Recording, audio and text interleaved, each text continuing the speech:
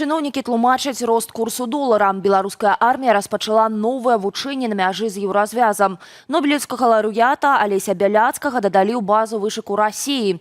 І чаму ўлады маўчаць пра падзенне дрона на БМЗ? Пра гэта ды іншыя навіны 19 жніўня апавяду ў найбліжэйшыя хвіліны.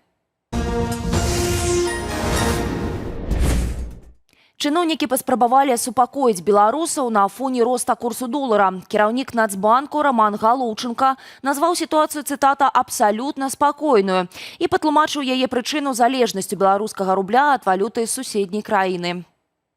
Движения курса идут в рамках наших коридоров. В основном, если вы имеете в виду последнее ослабление небольшое белорусского рубля к доллару, то оно связано в первую очередь с ослаблением российского рубля по отношению к доллару, с учетом того, что у нас курсообразование осуществляется по формуле, с учетом нашей валютной корзины. Соответственно, и мы немного ослабли по отношению к американской валюте. Галоўчынка таксама заявіў, што фізічныя і юрыдычныя асобы цяпер не набываюць, а прадаюць валюту, што, маўляў, уплывае на падтрыманне беларускага рубля, а таму хвалявацца не варта. Нагадаем, на гэтым тыдні курс амерыканскай валюты на беларускай валютна-фондавай біржы прабіў псіхалагічную адзнаку ў 3 рублі. У сталічных абменніках курс набыцця раніцай 19 жніўня склаў у сярэднім 3 рублі і 4 капейкі. З верасня беларусы, якія працуюць у бюджэтнай сферы, атрымаюць новы разлік заробкаў. Урад павысіць базавую стаўку да 300 рублёў. Праўда, рост будзе невялікім, усяго 3 рублі. Цяпер базавая стаўка складае 297 рублёў. Менавіта ад гэтай сумы праз тарыфныя каэфіцыенты, надбаўкі і даплаты фармуецца заробак бюджэтнікаў. Для параўнання, апошні раз базавую стаўку падвышалі 1 студзеня. Тады яна вырасла адразу на 24 рублі. Цяпер жа падвышэнне складае ўсяго 1%. Беларускае войска распачало чарговае вучэнне паблізу еўрапейскіх межаў. У двухбаковых батальёна-тактычных вучэннях заходняга аператыўнага камандавання бяруць удзел падраздзяленні 6 і 11 асобных гвардзейскіх механізаваных брыгадаў, паведамляе прэсавая служба Міністэрства абароны. Згодна інфармацыі ведомства, трэнаванні праходзяць на тэрыторыі Берасційскай і Градзенскай вобласцяў. Адна з брыгадаў адпрацоўвае арганізацыю абароны, другая ж здзяйсняе марш-кідок і трэнуе вядзенне наступлення. У межах вучэнняў сярод іншага запланаваная адпрацоўка пераадолення водных перашкодаў і участкаў мінных загародаў. Асаблівая ўвага будзе нададзеная супрацьдзеянню дронам і БПЛА. А на поўначы краіны сілавы блок чарговы раз трэнаваўся супрацьстаяць уласным мірным грамадзянам. На віцебскім палігоне Лосвіда мясцовыя міліцыянты правялі вучэнні ў разгоне пратэстаў. Падобныя камандна-штабныя вучэнні ў кожнай вобласці і вялікіх гарадах у пачатку года анансаваў кіраўнік МУС Іван Кубракоў.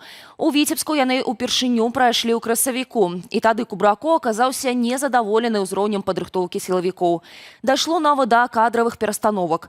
Новае вучэнні найверагодней маюць на мэце паказаць сталічнаму кіраўніцтву засвойванне уроку і поўную гатовасць віцебскай міліцыі на загад супрацьстаяць уласнаму народу.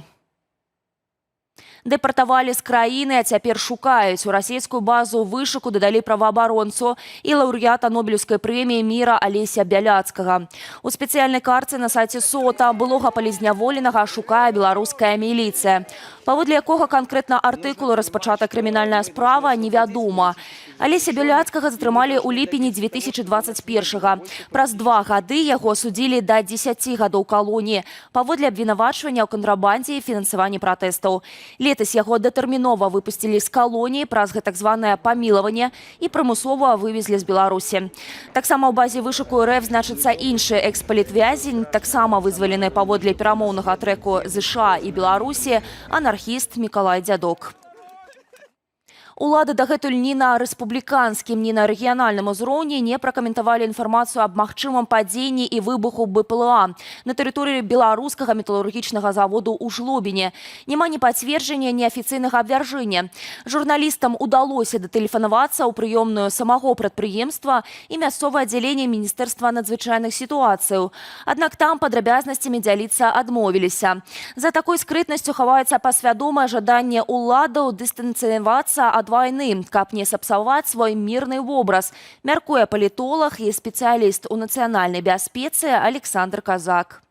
Не хочуць лішні раз турбаваць, хваляваць сваё насельніцтва, бо гэта зноў жа перакладаецца на незадаволенасць Лукашэнкам, які увесь час прапагандаваў, абы не было вайны, і намагаецца на гэтым таксама крыху будаваць сваю персанальную інфармацыйную палітыку да грамадства. У гэтым замоўчваннем і бачаннем таго, што адбываецца грамадства, яно ж усё ж такі бачыць, назірае гэтыя дроны і чуе той бок тое самае, што мы бачым у тиктоку ці чытаем у трэц.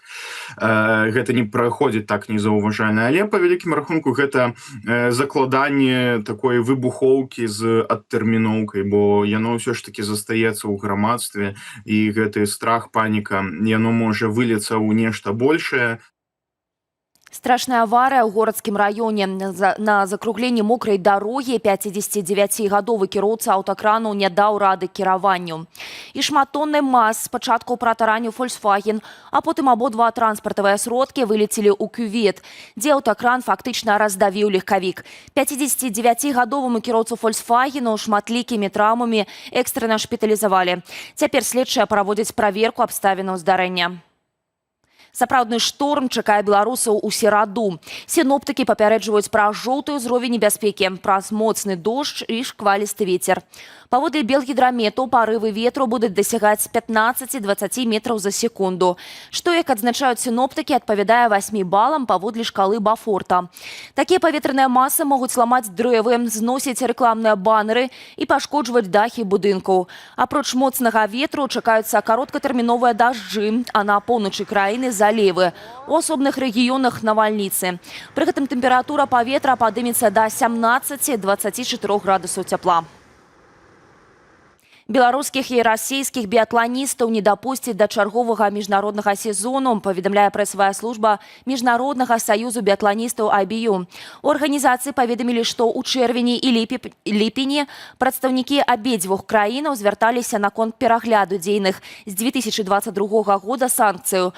Але гэтае пытанне нават не плануецца разглядаць на найбліжэйшым кангрэсе IBU, што пройдзе ў верасні ў Бухарэсце.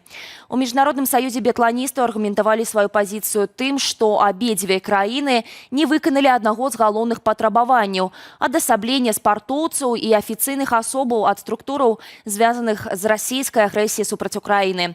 Паколькі статут IBU не прадугледжвае ўдзелу спартоўцаў у нейтральным статусе, варыянт частковага абмежаванага вяртання расійскіх і беларускіх біятланістаў таксама немагчымы.